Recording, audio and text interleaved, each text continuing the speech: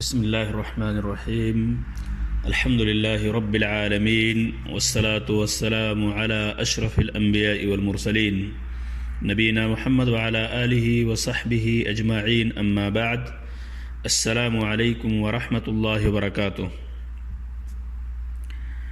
معزز سامعین کرام، آج کے اس درس میں اربعین کی 14ویں حدیث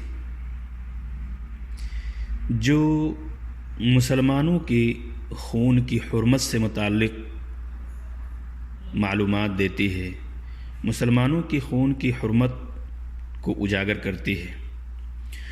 عن عبداللہ بن مسعود رضی اللہ عنہ قال قال رسول اللہ صلی اللہ علیہ وسلم لا يحل دم امرئ مسلم الا بإحدى ثلاث: الثيب الزاني والنفس بالنفس والتارك لدينه المفارق للجماعة. رواه البخاری و مسلم. ترجمہ: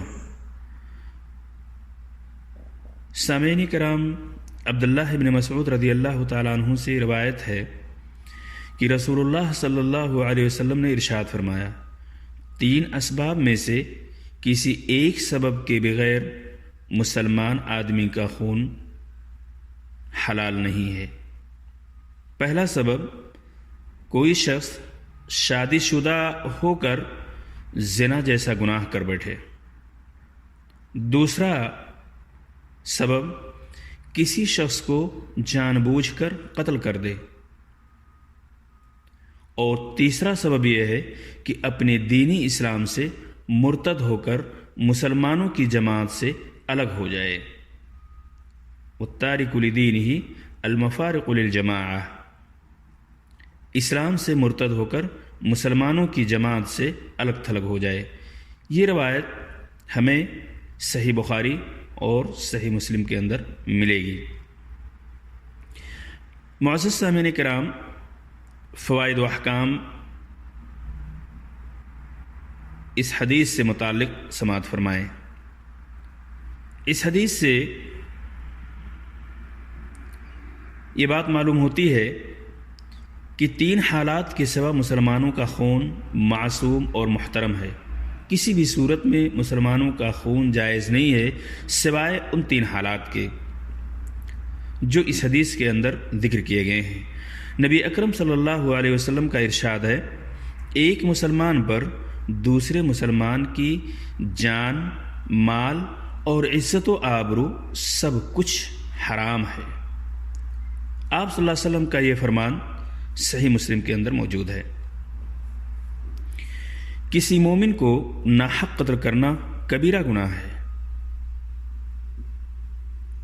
اللہ تبارک تعالیٰ کا ارشاد ہے، سورۃ النساء آیت نمبر 93 وَمَن يَقْتُلْ مُؤْمِنًا مُتَعَمِّدًا فَجَزَاؤُهُ جَهَنَّمُ خالداً فيها وغضب الله عليه ولعنه وأعد له عذابا عظيما. سامعین کرام، اللہ تبارک تعالیٰ کا فرمان ہے، جو کوئی کسی مومن کو قصداً عمداً جان بوجھ کر قتل کر ڈالے اس کی سزا دوزخ ہے. کسی بھی مومن شخص کو اگر کوئی قتل کرتا ہے تو اس کی سزا دوزخ ہے، جس میں وہ ہمیشہ رہے گا، نکلنا نہیں ہے اس کو. اور آگے اللہ تبارک تعالیٰ اس میں فرماتے ہیں، وغضب اللہ علیہ ولعنہ، اس پر اللہ تعالیٰ کا غضب ہے، اس سے اللہ تعالیٰ نے لعنت کی ہے، اس پر لعنت بھیجی ہے اور اس کے لیے بڑا عذاب تیار کر رکھا ہے. سامعین کرام، اس سے یہ بات بھی معلوم ہوتی ہے کہ اگر کوئی مکلف کسی شخص کو عمداً ناحق قتل کر دے تو اس کے بدلے میں اسے بھی قتل کیا جائے گا.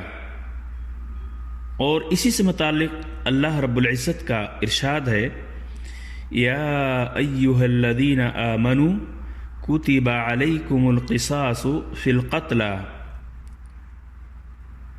سورۃ البقرہ آیت نمبر 178 178۔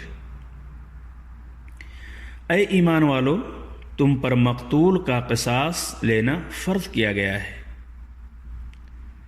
سامعین کرام، حدیث کے عموم سے معلوم ہوتا ہے کہ جان کے بدلے جان ہے۔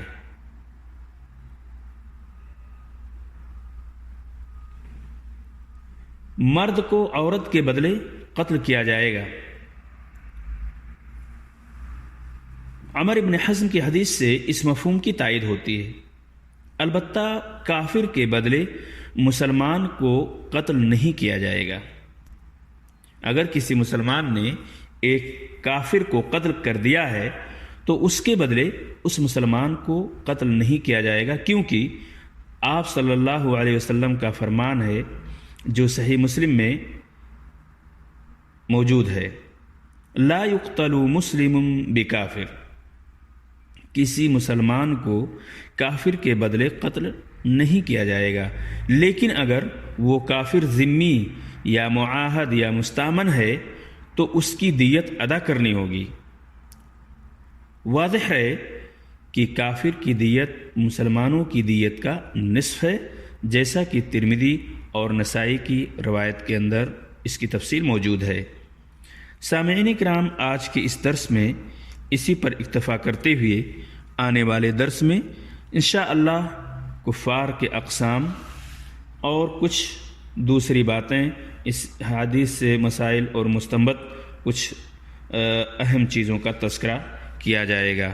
السلام علیکم ورحمۃ اللہ وبرکاتہ۔